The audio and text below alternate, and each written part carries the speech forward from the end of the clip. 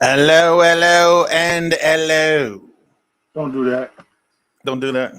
No. All right, I'm gonna leave that alone. What's going on, everybody? And thanks for tuning in to another edition of the ManUp Real Talk podcast. I am your host with the most, Mr. Michael Wiley, saying greetings and salutations to all of you, our faithful followers and listeners. We sure appreciate all the likes, the shares, the clicks, and the downloads, and whatever it is that you do to support this podcast, because we know that had it not been for you, there would be no us, and we greatly and audaciously appreciate it.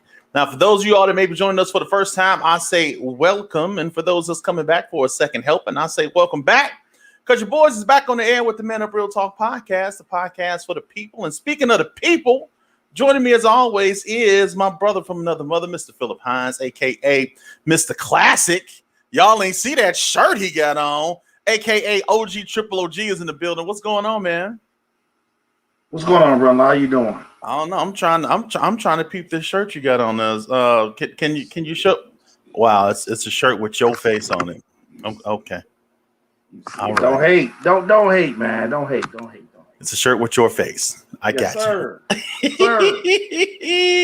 Feel as Mr. Classic. Hey, but real talk though, it's a nice shirt. Real nice shirt. Listen, want to say what's up to everybody that's in the chat. If you're out there, just put a little something in the chat so we can give you a shout out. I see Jack is already there. I know some people watching, so I say what's going on, and God bless y'all ministries. We got a good show for today coming up a little bit in a few minutes. We got Mr. Eddie K. Phillips of the Erudition Network. He's going to be joining us on today, and we're going to be debunking some myths today. I'm talking Mythbusters ManUp edition. That's right. We're going to debunk some excuses, every time you bring up slavery, people always get, well, you know, it wasn't as bad as it seems, and America wasn't the only country that had slaves, and black people participated in slavery, and all these other things. Yeah, we're going to talk about that stuff on today. I would love one of the people to say that around me. Yeah, I know, man. Look, so before we get into that, though, please go and follow your boys on social media.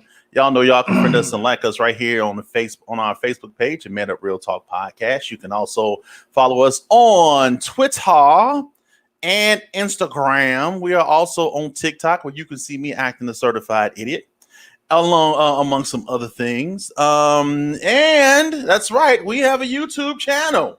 Please. Listen, if you won't feel to stop begging, go and subscribe to our YouTube. Listen, please. We got 18 subscribers. If you haven't already subscribed, I need us to be at about 25 before this episode is over. Yes, please. Can we please get up to 25? That's all I'm saying. I see Deacon Tim is in the building. What's going on, man? Appreciate you popping in. Good, man. Yes, sir. Listen, actually, though, I'm teasing Phil, but it's actually if you want to have Phil's face on your chest. I gotta slap my knee on that one. But if you want to have Phil's face on your chest, you can get that shirt and many other cool designs at our digital store at manuprealtalk.store. It's t-shirt season. Why don't you go ahead and get you a fly t-shirt and support the podcast in the process. Tim said he's going to create an account today and subscribe. He's going to create an account. Oh, he doesn't have a YouTube account, I guess. I don't know. No, Tim, you ain't got to create an account, man. Just go to YouTube and type us in and then hit the bell that says subscribe. That's all you got to do, bro. You ain't got to create no account. Hold on. Somebody's like, wait a minute. Phil ain't going to have his face on nobody's chest. Who was that, wife? She was just some date. You got to order my shirt. All right, I'm ordering your shirt, baby. Yes, sir. Listen, did you celebrate Juneteenth? Yes, sir. What you do? Let me tell you first thing I did. Kennedy came into the room that morning. And I asked Kennedy, I said, do you know what today is? She said Juneteenth. And I said, do you know what that means? She said no. So what I did was I proceeded in telling her what it meant and why it was important to us. Okay. And that was the first thing I did. And then I kind of, did me a little bit, There ain't nothing wrong with that, man. I didn't do anything special. I argued with people on Facebook for most of the weekend. Well, that's what you do, Mike. It's not. That's what you do. Yes, no, it's not. You're an antagonist. That's what you are. You're an antagonist. Or as the kids say, that's cap. I am not an antagonist. That's what that mean? Yeah. I've been wondering what cap mean for so long. I've wondering what cap mean for going on a year and a half, dude. Yeah, it just makes it mean you lying. I was like, no lie. Oh, man. I know I'm old. Look, I mean, a little young is like, man, that's cap. Like, my kids say it all the time, and I'm just like, what does that mean? And they're like, so cap mean you lying. Basically. Okay. So if you say no cap, that's like no lie, or if you say it's cap, that's you lying. So yeah. Oh, so no cap would be like real talk. Yeah, basically, so well, different lingo, different slang. Different slang. Yeah. So I've been trying to wonder what that meant for like a year and a half. Yeah. And that's what's up, though. Here's what's so dope about that is, I did school her, babe. I schooled her Saturday morning. First time I woke up. And I think that was my whole argument about the thing. It's like I didn't care if you celebrated it or not. My thing is just that. You take that time to teach whoever don't know, like the kids. And not only that, time to teach them, or people that don't know. Absolutely, and then not only that, learn for yourself. Because some folks just happy to have another day to barbecue. So, Mike, I'm gonna be real with you. The majority of knowledge of self I've gained, I had to do research and the knowledge myself. I had to research it myself. A lot of stuff I didn't learn in school. When I was at Olive Harvey, I had a Black History Studies course. But other than that, a lot of knowledge of self that I gained, I had to do it myself, man. You got to, bro. You got to. Because if you don't, ain't nobody else going to do it. What we always say on here. We always say what? Be informed and not influenced. That's right. You know what I'm saying? So it's always good to get that information for yourself. Hey, Sister Natasha. How you doing? Sister Natasha up here. I see all the Phillips peoples up in here. I see you. I see how y'all do. Nobody. Why I don't see these people? I don't know. I'm just assuming. Yeah. I'm just assuming. But no, Tim, you ain't gotta make no account, man. Just go on YouTube, type us in. We're gonna pop up and just press that subscribe button. Please. I'm gonna keep saying please until y'all like and subscribe. Lord Jesus, please don't. Please subscribe. Please. But we got Brother Eddie on here today. Brother Eddie, man. He's gonna get you right. He gonna get you right today. So look, we're gonna take a brief second. And right after this little brief video, we're going to go right into the main conversation. So y'all sit tight, and we shall be right back. Yeah.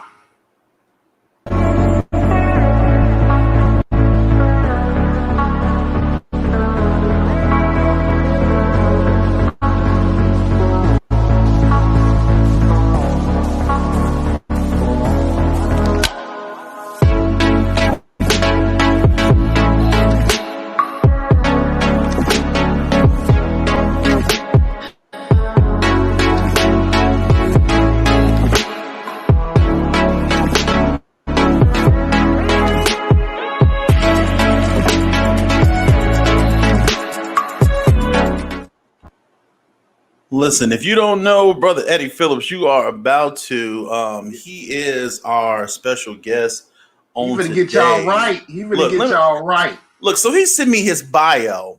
I would read it all, but unfortunately, our show was only an hour, so I don't have time to do that. But I'm just going to go through some of the things that's on here. Like he served. He's a retired Navy veteran. He served in the military for over 23 years.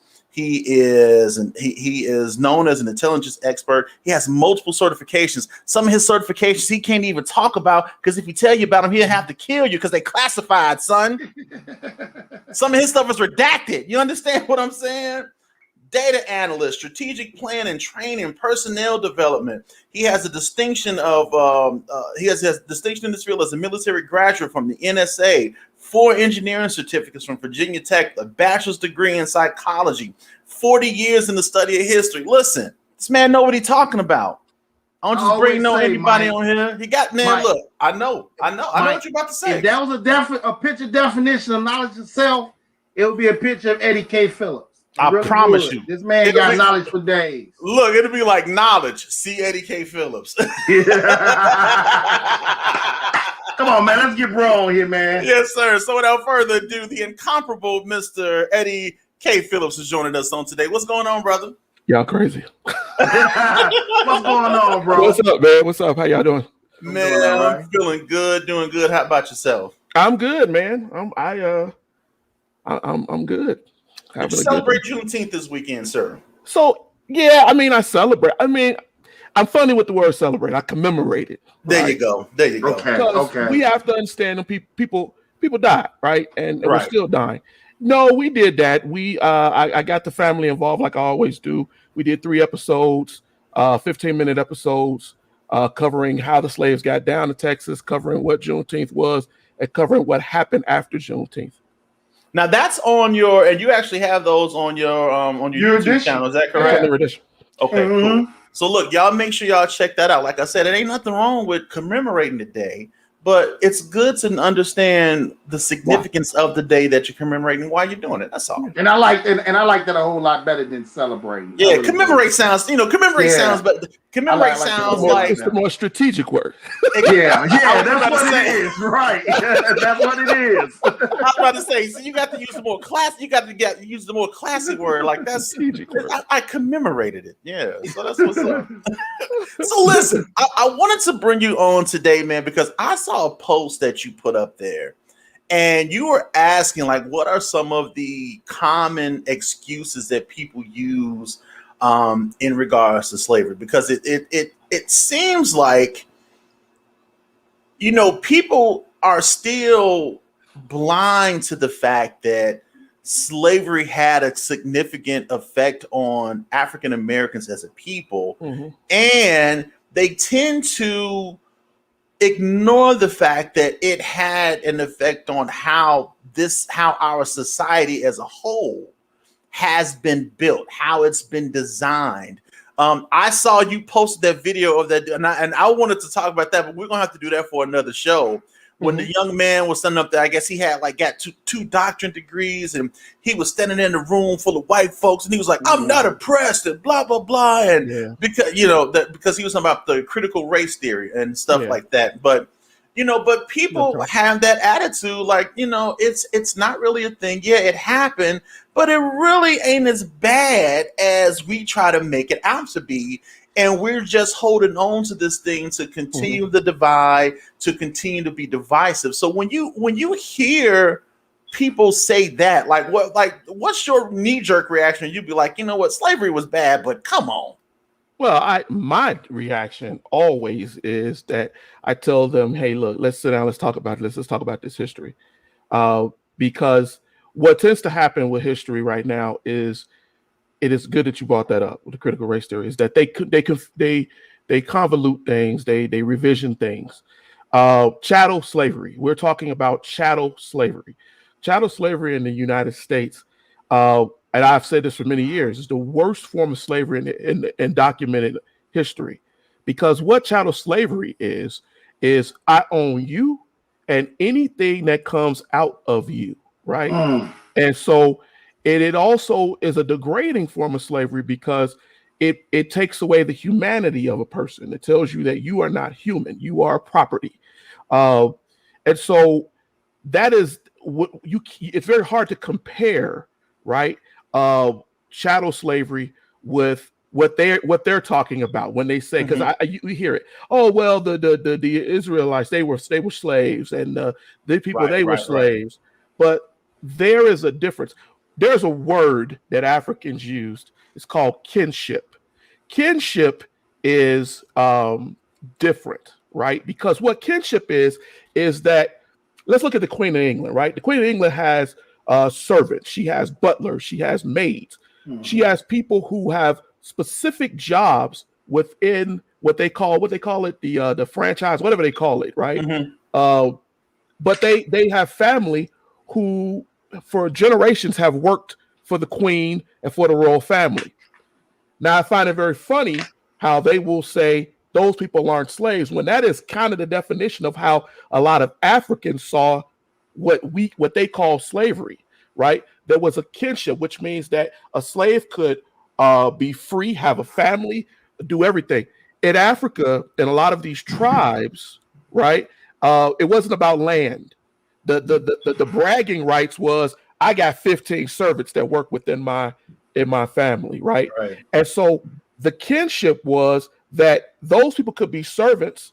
They worked for a certain amount of time, some of them, and then they were free. That was more like an indenture, right? But they could also marry into that family. That's a difference there, right? They could be a part of the family. They could eventually become the head of a member that came in as a slave. One of their ancestors could now be a head of the tribe because there was a kinship there, a connection there, and it wasn't so much as a degrading thing like chattel slavery. So when people throw that immediately out there to me, that's what I tell them. Do you know anything about the kinship philosophy of African people? Because if you don't know that, then what you're saying is ridiculous, right? Makes no sense.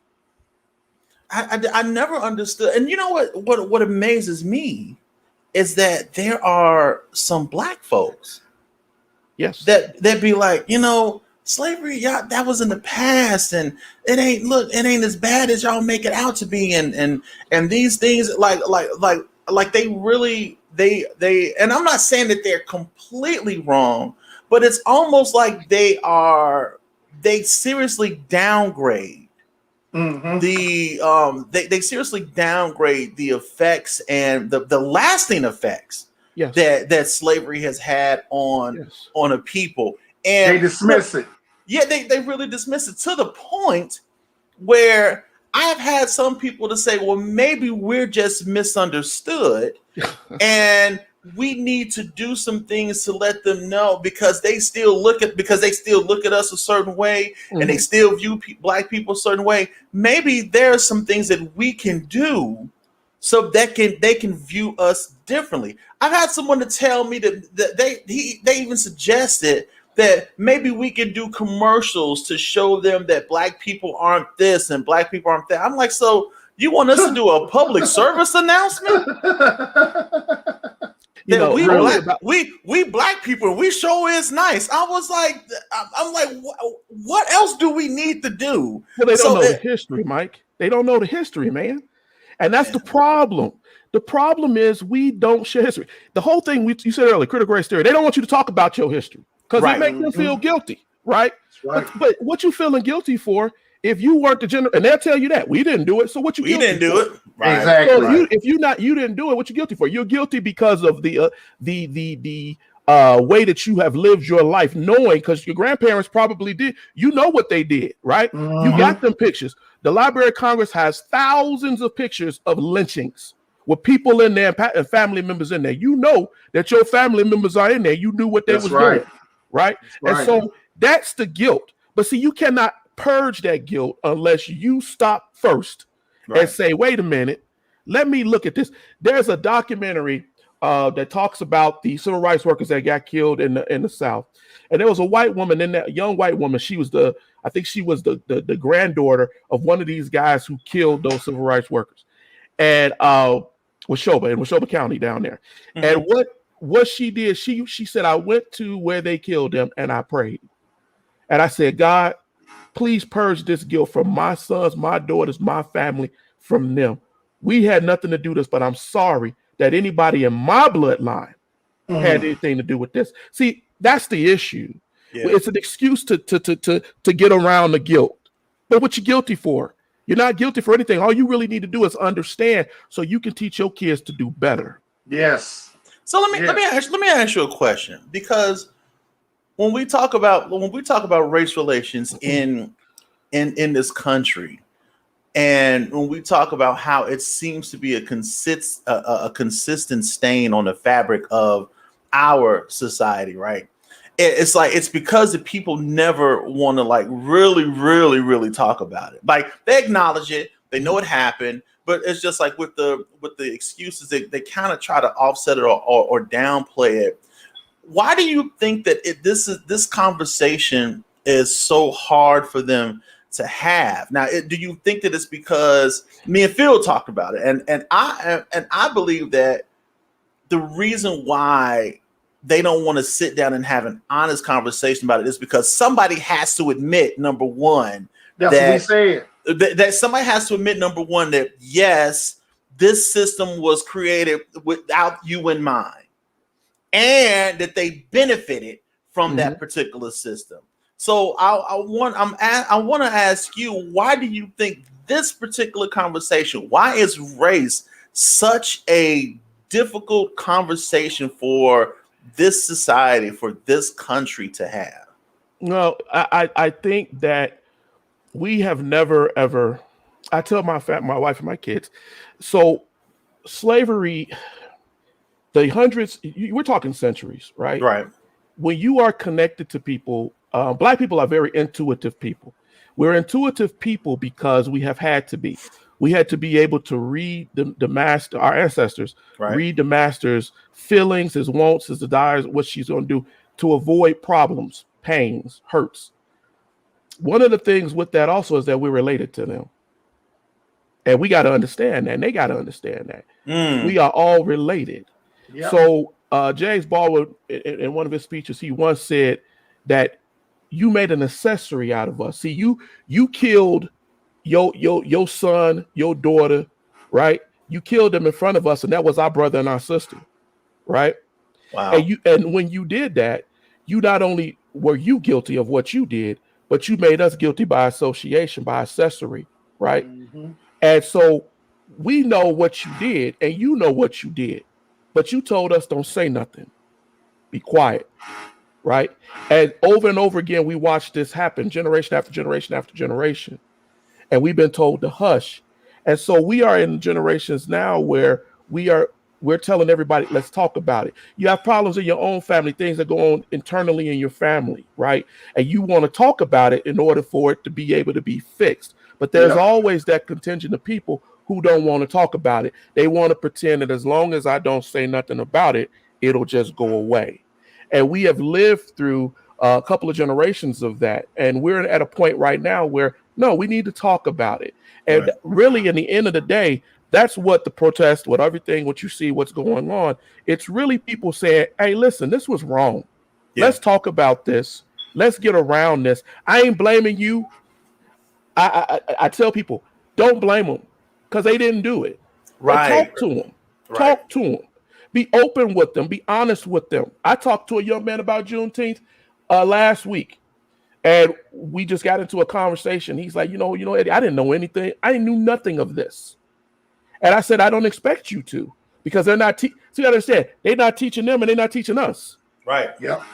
And so when we all don't know, right, then we just strike out on what we think we know, right? What somebody said, what grandmama, what uncle, whatever said, you don't like that black, that Negro because of this, and you don't like that white man because of that. But at the end of the day, what we really should be doing is say, hey, man, let's sit down. Let's talk. Let's talk. Man, well, I'm looking at the comments here. Ken said that they'd rather throw some proverbial bone with giving us so-called holidays and months of celebration, incriminations of our history, as long as it keeps us from dwelling on the real issues and allowing them to further avoid actively fixing what's wrong with the United States. I kind of felt that. I'm gonna tell you, I kind of felt that way about Juneteenth. I'll be honest with you. And again, I have no problem with commemorating Juneteenth, right? I just felt that it was very much like, and you know what it felt like to me? It felt very much like the Aunt Jemima thing, right? It's like, let's take Aunt Jemima off the box. And it's not because she was offensive to us, but it was because they felt bad because of how it made them feel. They took it off the box. Same thing with Uncle Ben. Uncle Ben ain't even a real character. Yeah, man. Uncle Ben is not a real person. He's not. And it's like, why you take the brother off the rice? I'm like, he could have stayed. But we can't be mad at them, y'all. We can't listen. If they try, this is something that I had to think about. If they're trying, honestly trying, bingo, to do something to make amends or to say, hey, let's move forward from what we did, right? Then I'm for that. However, there's always going to be a side part of people who want to take advantage of what's going on. Right. But one of the prolific things that we should have done during Juneteenth, and I that's why I did those episodes, was we need to educate. I told people, if there's no education in your celebration, then it's just a party. Exactly. You cannot not teach people about their ancestors. And we need to be doing that for our children, because let's be honest, these kids didn't get taught Juneteenth in a lot of these schools. They didn't get taught about Tulsa in these schools. So we need to understand that what they're not getting, and then and understand too that the whites, they're not getting it either, right? So a lot of them are shocked, like, oh my God, what happened? I didn't know it was that bad because they lied. They lied. I did a special on massacres, and I try to tell people they lied about the numbers. They tell you 3, 5, 6 some people died, when actually 100 people, 200 some people died, not on the day, but as the time went on, as the months went on, they was picking people off in the field, killing kids, and doing all of this stuff.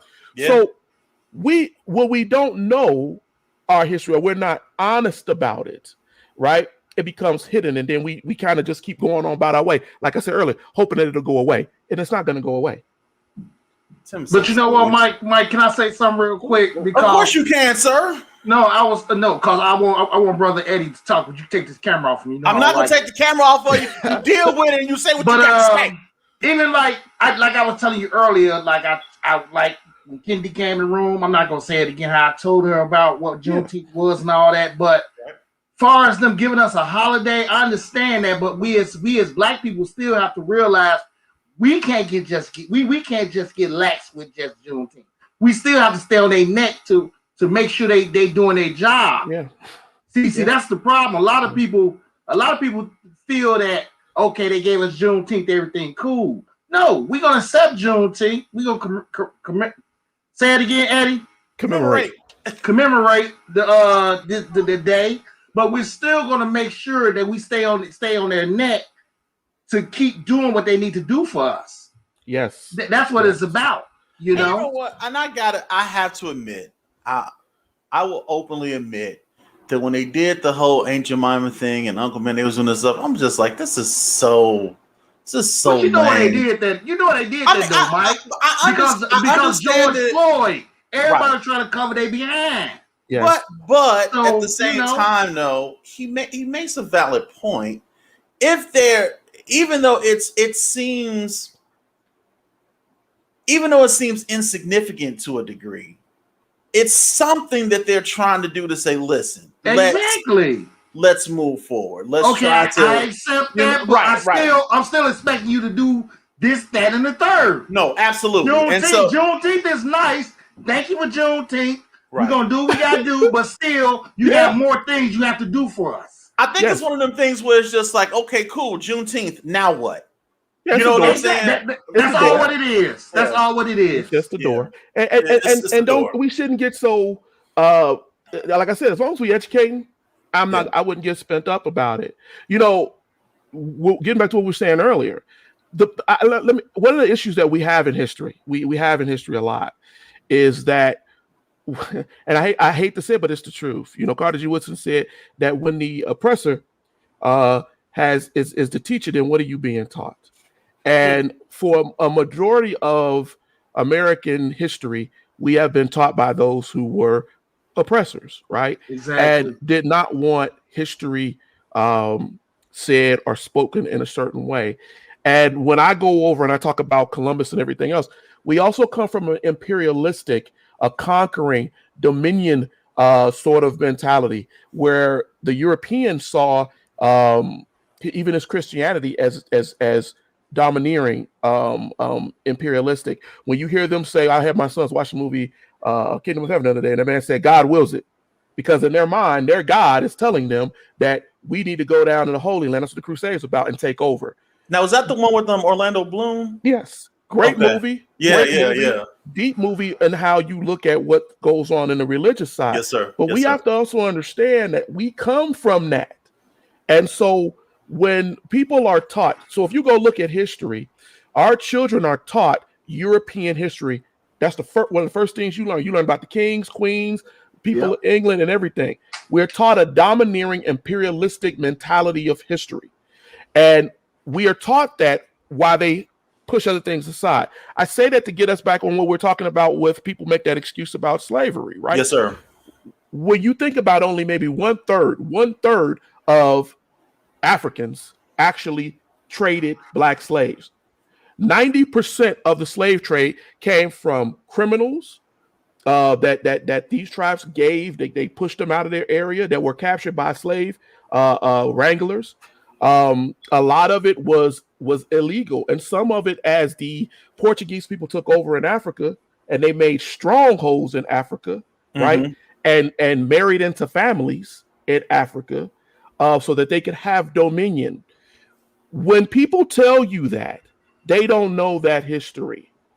When a couple of months ago, when I was talking to Pastor Razors, we were talking to the church, we're talking about the Treaty of Tordesillas, right? When Columbus came over, which is known as the Doctrine of Discovery, right? There is a line that is drawn, right? Because Columbus, when he left from over here, he went over to Portugal. He went to go see the Portuguese king, not the Spanish king. And I always point that out to people that's interesting because the Portuguese had already been trading with the Muslims. Now, I'm going to tie all this up for y'all. What happened was the Portuguese was already trading with the Muslims, with the Ottomans, right? And they knew information from the Moors, right? So they knew all of what was already over here. They knew Africans had traveled over. They knew all of this. Yes, sir. So the Portuguese then went about creating a slave trade. They built fortresses on the Western African coast. As I said, they got into these families. And so the idea of what we talked about earlier, kinship, went out the window, right?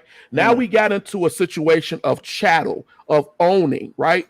The African over here in the Benin and all these tribes, they saw it as so there are different forms of slavery in Africa. Indebtedness, which means that you are working off a debt. There is domestic, where we say you're working in a house, right? Indebtedness is kind of like pawn. They also call it pawnship, right? And you can look, all this information is out here. But this is where there's a difference in how they saw it. The other was military, where they grabbed slaves to fight in their battles and in their wars. The Portuguese did this too, where they took in these blacks, these slaves, and they used them as soldiers, as slave soldiers.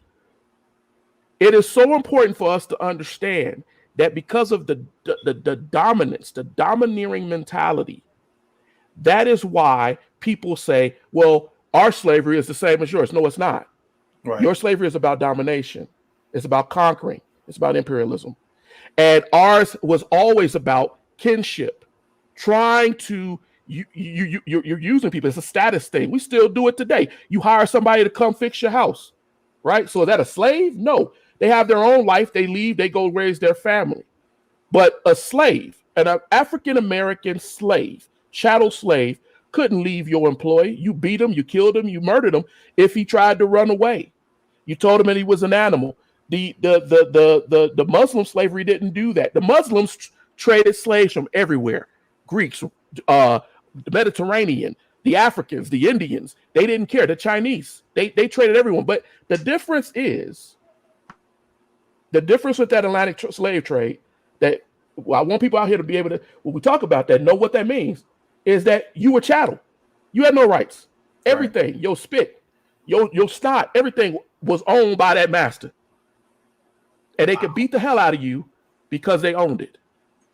That's crazy.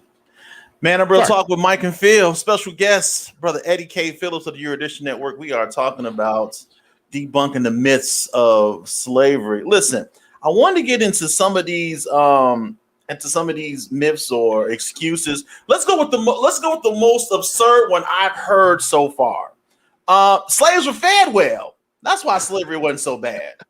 Wow. Now peep this. So I don't know if y'all remember, but like back in no, I'm serious. This was I'm not joking with they were fed very well. So look, wow. I don't know if y'all remember back in 2016, Michelle Obama, she was giving a speech at the Democratic National Convention, right? And she was talking about being the first black first lady in a house that slaves built. And she went on about the speech and everything, and it was a really good speech. And so she was talking about slaves. Bill O'Reilly and all of his wisdom decided to kind of add a positive spin on slavery. And he went on to say that slaves were fed very well. Now, he got a lot of backlash from that, but he defended the statement by saying that what he meant was that they had a diet that consisted of meat, bread, and other staples. They were fed. They were fed well. When you hear stuff like that, what's the first thing that pops into your head? Fool. That's a pops in my head. He must be crazy, right? He must be crazy. No, I remember that. And I remember, I think I had posted a response. During the Bill O'Reilly is a product of his upbringing, right? Yes, sir. During the 60s, the 50s, when the civil rights movement started, and the white man started to bring back out his Confederate flag, because Strom Thurmond and several other politicians got up here, and Strom Thurmond stood up in front of the Lincoln Monument and made a speech. This is before Dr. Kingdom got there, and said that the Negro is the most well taken care of Negro in the world. He has televisions, he has clothes, he has places to eat, drink, whatever. So that's an old, ignorant, bigoted mentality. Well fed, Eddie. As long as we're giving, as long as we're giving, when I was talking to I think it was my wife, we were talking about the one episode of Juneteenth, and I was saying, because I like to use primary source history, and one of the slaves was saying that they didn't have shoes, and they was marching 600 miles into Texas, and they didn't have shoes, but the white woman that owned them thought that it would take their minds off their pains if they could get out there and sing a made-up Negro song to make them happy and take their mind off of what was going on. This is a standard stupid mentality tactic that sadly he just regurgitated, man, and he came out what he's been taught. Here's another one, or as they say, but wait, there's more. Slaves were happy to have work. They were happy to be workers. Here's the thing. So this whole thing about they tried to pass slavery off as work. And even what happened, there was actually a publishing company, and you probably know about this, Eddie, McGraw-Hill Education. They actually came under fire some years ago by a mom of a high school freshman who's back in Texas. She showed a photo of her son's geography book, and it was talking about slavery. And the quotation said that the slave trade brought millions of workers to the U.S. through slavery from the 1500s to the 1800s. Your reactions to that, sir? Were slaves happy to work? I think that slaves was happy when they wasn't getting beat. But I don't think so. This is the thing. My study shows me that African tribes understood how to work agriculture. They understood how to work in the field. Baba Dick Gregory once said that they didn't, and I think I told you guys this before, they didn't come over and just take in just random garbage. They knew where these tribes were. They knew that the people of these tribes were skilled. They knew that because they had been buying materials from these tribes for years before what we are documented in history. So they knew it. When they came over and the slaves knew how to do these things, right? It's not an issue of happiness. It's an issue of, I'm going to do this because that will keep you from doing whatever you're going to do to me, right? And so there's some of that, but it's an ignorant argument in that you're saying because they worked, they were happy. That's a Gone with the Wind argument. You ever watch the beginning of Gone with the Wind? And they tell you it was a wonderful, wondrous time. Right? Yeah. No, if it was such a wondrous time and they were so happy, why did so many of them escape? Why did so many of them run for freedom? Right. I think I again, going back, we were doing for Juneteenth. I think I pointed out a point where they said, this woman said, listen, the man got mad because 800 slaves ran away. And the man was like, oh God, I'm broke, but I treated these slaves so well. Well, what do you think is so well, man? Where they ain't got no shoes, they suffering and they dying, right? Right. It's all about how your mind works because they're not human. That's right. So it's like me saying my dog is okay because I feed him every day, but I kick him every time I see him, right? That makes no sense. I'm sorry. Here's another one.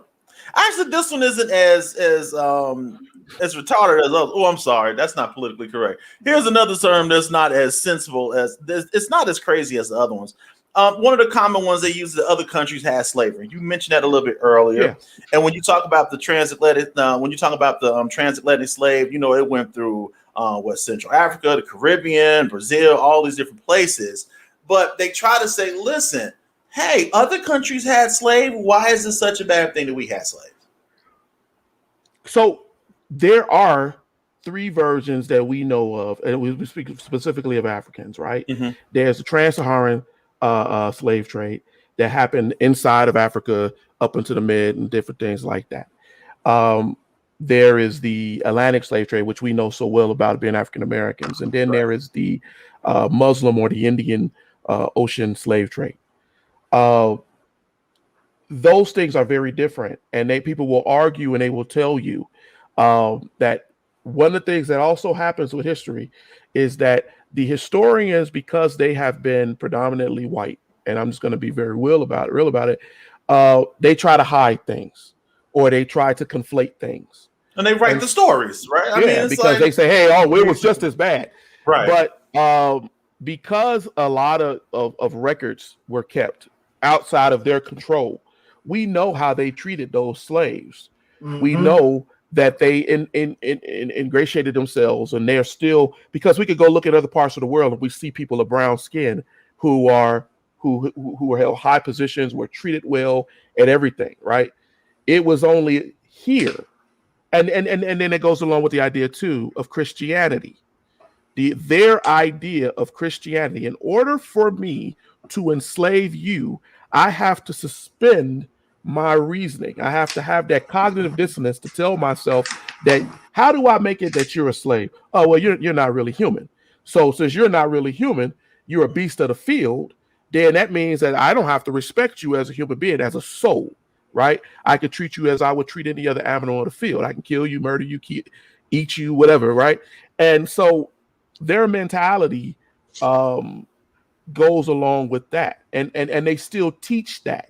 They still teach that in some sections of our society where blacks are not looked at as human beings. They're just looked as beasts of burden. As beasts, right? And because you see us as anything but human, you can shoot us, you can kill us, you can police us, you could corral us, you can rape us, you can do all kinds of unspeakable things to us, and you have. Because I'm not really killing a human being. I'm just killing a beast, as I was taught by those that come up, from me. So it is important that we understand that part. And that kind of answers those questions as to why would you say that? Why do you think that? Well, you ain't human. I can do whatever the hell I want to do to you. So, yeah, it's crazy. It's lunacy. But that's why we teach. It's almost they say it as if to say, well, hey, other countries had slaves, so it's like, why are you trying to beat us up because we had slaves? It's like, do you just not understand that? You just don't get it, So I just find it to be odd. But you know what, Mike? Sometimes not that they don't understand, they don't want to get it. They don't want to understand. They don't. That's a good point, Phillips. Yeah, sometimes that's what it comes down to. But I wonder, are some people? I wonder sometimes, or like even when it comes to race relations, like when I talk to some people, like people try to dispute white privilege, like they don't understand it. Like, what do you mean? What is white privilege? Yeah. I mean, but they try to play it off like I don't know what that means, and it's like you can't tell me that you don't know what white privilege means because you've benefited from it. You've benefited from it all this time. You know exactly what, but they were like, I don't know what that is. I've had to work for everything, and I've never been given anything in my life. And I'm like, word, that's what we're doing? Like, you don't understand? It's like, all right, whatever. So here's one I thought was interesting. Someone actually mentioned this. Slavery wasn't so bad because, hey, guess what? The Irish in America were slaves also. Yeah, the Irish were slaves. I know, bro. That's the one. I know. Jordan Begada, we were slaves as well. I know. Where does me gold? I tell you this. The Irish, it's a double insult when people say that. Mm-hmm. Because when you look at the massacres in the United States, especially post around 1860 and on. And I clown no one that's Irish, but I'm just going to tell you history. The Irish have done unspeakable harm to African Americans, for no reason other than jealousy, anger, misplaced aggression, rage. When you look at the draft riots in New York, where they went in and they killed and murdered men, women, and children. When you look at the riots all over the South, because see, what happened was the Irish came over fleeing from the potato famine. They came over looking as immigrants, and the whites, the Americans who were here, saw them as less than, right? Coming from an English and European background, they saw them as less than, the dirty ones, right, as they called them sometimes. And so sometimes they beat them to death coming off of the ship. So they did have a hard time. But like the crab in the barrel motif that happens in this country, and it always seems to happen to Black people, when they came over here, they didn't attack the whites who were mistreating them. They went after the Blacks. They said, well, if we knock them down, if we push them down, they're less than us, right? And they killed us. And I'm not going to get into all the match. They murdered us over and over again. A lot of those lynching pictures that we talked about earlier, those are just Irish people standing there in front, right? Proud to try to get their way into the American consciousness. When you look at people like Bill O'Reilly and people who come from those mentalities and those backgrounds, and they have been taught that the Negro is less than you, and there is some kind of invisible race between us, right? And we're going to keep smacking them down. Right. They felt that they were dying during the Civil War for us. But wait, you came over to a country, they said, if we're at war, if you want to be a citizen, then you got to go fight this war. Well, I'll fight for the Negro, right? And I'm mad at him. So I'm going to come back and I'm going to kill him. I'm going to murder him, right? When they tell us that the Irish were slaves, no, they weren't. They were indentured. They could work. And a lot of them, they actually ingratiated themselves and fit themselves into white society over time. And sadly, my brothers, we are starting to see that right now with a lot of the Latinos, because a lot of Latinos are trying to say that they are Spanish as opposed to Latino. And that is a problem, because what they do is they try to fit themselves in. We have people that did it too. The mulattoes who try to pass over. But that shows you something about American society. If you want to think that American society is privileged and white, well, why all of these people try to fit themselves into being white, right? Thank you. And can you say Sammy Sosa? That's all I'm saying. That's true. Dyed their skins. And there's another part. We got dark-skinned Black people who can't get white in skin, so they're gonna get white in culture and mentality. Right? Yes, sir. And they are going to destroy you. They're going to say things to you. They're going to talk about your people. They're going to rip you down. They're going to denigrate your women, right? As we talked about that brother, right? You stand up here and scream and holler, and all the white people sit up here and clap. Because you're going along with everything that they have been taught that is wrong, right? And that's the problem. That's the problem. The privilege of being white comes off the backs, historically, of everybody that wasn't white. That's right. You stepped on those people. The educated Jane Elliott tells you, she shows you in her work that they felt like that she showed a white woman walk up and gave a paper to a white woman, put it in her hand. When she told her to go do it to a person of color, she tossed it to her. And then she said, well, why'd you toss it to her? Oh, I don't know, because it's implicit in my mind that you're less. Wow. So really, if you think about the Irish, they may have been persecuted, but they weren't enslaved. It's like they try to make it seem like they were like they were, like they were slaves like Blacks. That's one of the biggest lies. That's one of the biggest lies ever told, Mike. That's why I'm glad that Eddie went so deep into it, because that lie been going on for years, that the Irish was treated just as they did go through some stuff, but they weren't treated as bad as our ancestors. Yeah.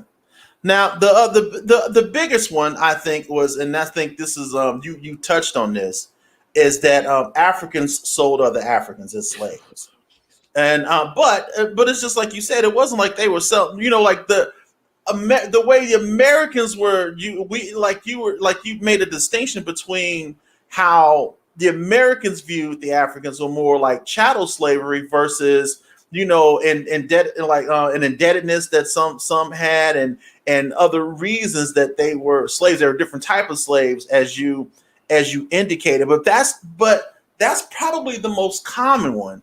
Is that when you talk about slavery, I hear people so quick say, but Africans sold other Africans. What about that? The biggest slave trader in Africa that we document is a dude named Bongo John, right? Mm-hmm. Most people don't know who Bongo John is. And it's two people. It's Bongo John Sr. and Jr., right? Okay. This man, he ingratiated himself, and that's one of my favorite words, because that's what it is. Yeah. John Orban Jr., he ingratiated himself into these African tribes. He was a mulatto. Sadly, a lot of the trade that went on, especially toward the end of the Atlantic slave trade, was mulattoes. There were mixed race people selling their own people. Because why? Because they could be part of the African culture and the white culture. And actually, when Senior, he got sick, he left Africa after marrying into all of these different tribes and securing all of this, what we call billions and billions of dollars of slaves. He left, freaked the slaves out, the Africans that worked for him, and so they killed his white son William. They killed him. He had a mulatto son who was being schooled in England. So he came back to claim his father's riches. Do you not know that it was a black princess from a tribe who he had married? She held his wealth until that mulatto boy got there, and allowed him to take over his father's, kingdom or property. Yeah. And so we have to look at how they intertwine themselves into our culture and then make us think a different way, right?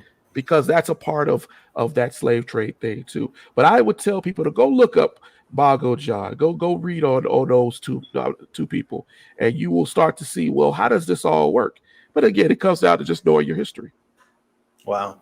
So look, we only got a few minutes left, man. Eddie K. Phillips of Erudition Network has been with us on today. I want you to just where do you see it going, man? I mean, as someone who studied history, and we notice sometimes history has, because of history, sometimes history has not only a habit of repeating itself, but history has a habit of telling you what may be to come. History, it's like we look at things, we're like, man, look, y'all have historically done it. I don't expect you to do anything differently.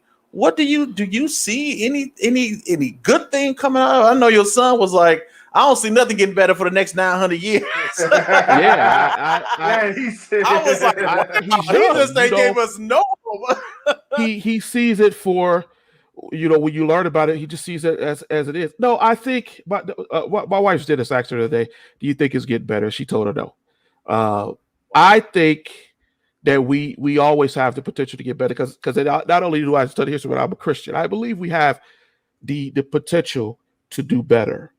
The issue with us is and I speak specifically right now to African Americans, you have to invest in teaching your children and your progeny history.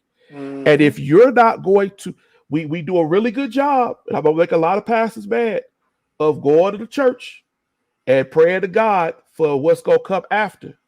But we got people living here today.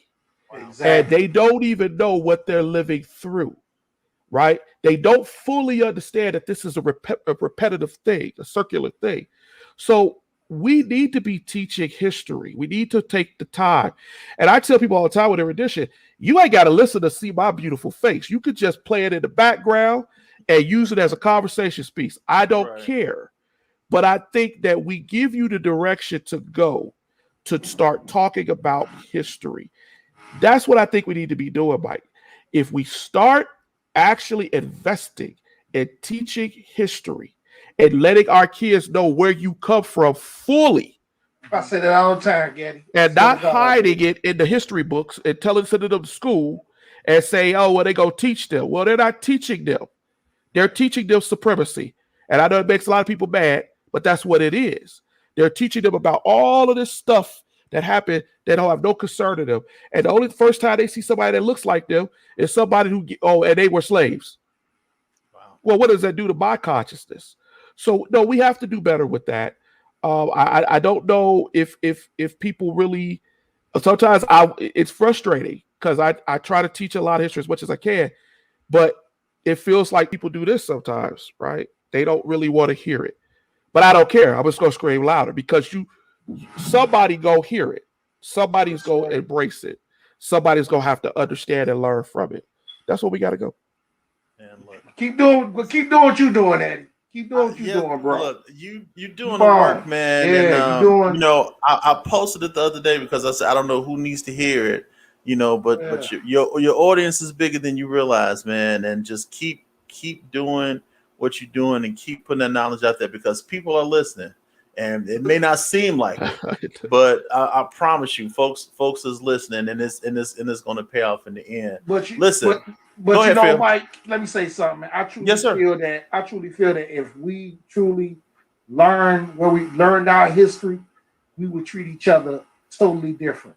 Yeah. Yes. I think that's a major problem in our race that we really don't know where we come from. We don't know our history. We refuse to listen to brothers like Eddie. You know what I'm saying? But if we actually sat down and learned where we came from and learn who we truly are, we would treat each other better. You wouldn't see all this black on black crime and none of that stuff because we'll understand where because truthfully, we came from kings and queens. Yeah. You know what I'm saying? And a lot of us, like the young people, that's why I always say, please get knowledge yourself. I am serious about that. Yeah. I truly feel that if all of us get knowledge yourself, our race will be a whole lot better. We'll do better. Yes, sir. What's up, Glenn Reed? I'll be there. Me and Jackie be there to see y'all next month. No sad, man. Listen, Eddie, this has been one, man. We appreciate you as always. Thanks a lot, brother. Oh, no problem. Man, we love when you come on, man, and drop some knowledge. You know, some jewels. We're gonna have to talk about some of them classified certifications that you got. Yeah, what I do for your audience, like I always do, man. If there's anything that I talked about, I'll look back at it, and I'll always give you reference, give you books, yes, give you places to go. That's one thing that I will always do. I'm not just one of the brothers that just spout history. I want you to be able to read it on your own. So, real quick, why don't you let them know where they can find you in the Erudition network? Okay, the best place to find us right now is on Facebook. We're still working on that website, man. I got hopes and aspirations for that website. So it's not doing what I wanted to do. Right. So, but I want people to hit us on Facebook, hit us on YouTube. I agree with y'all. Grow people on YouTube, help folks grow on YouTube. It touches a lot of people. Please do that. They can come on YouTube. They can do all of that. We got more shows coming out, so I think they'll probably have to go to YouTube to link to it. Okay. But yeah, you know, that's where you can find us, man. We're there. I'm always doing something. Eddie K. Phillips of the Erudition Network. He's right, but look, he's he got that knowledge, and if you want it, he got it for you, man. All you got to do is just get it. Just like go out there and get it. It's there. If they ever had a photo picture for knowledge yourself definition photo, man, you see a picture of that guy right there. Reference Eddie K. Phillips. I love you guys, man. Absolutely, man. Yes, sir. So on behalf of Philip Hines, Eddie K. Phillips, and myself, this has been the ManUp Real Talk podcast. And until we talk again, my friends, y'all get 2 fingers to the side. Holla at your boys, because we out. Peace.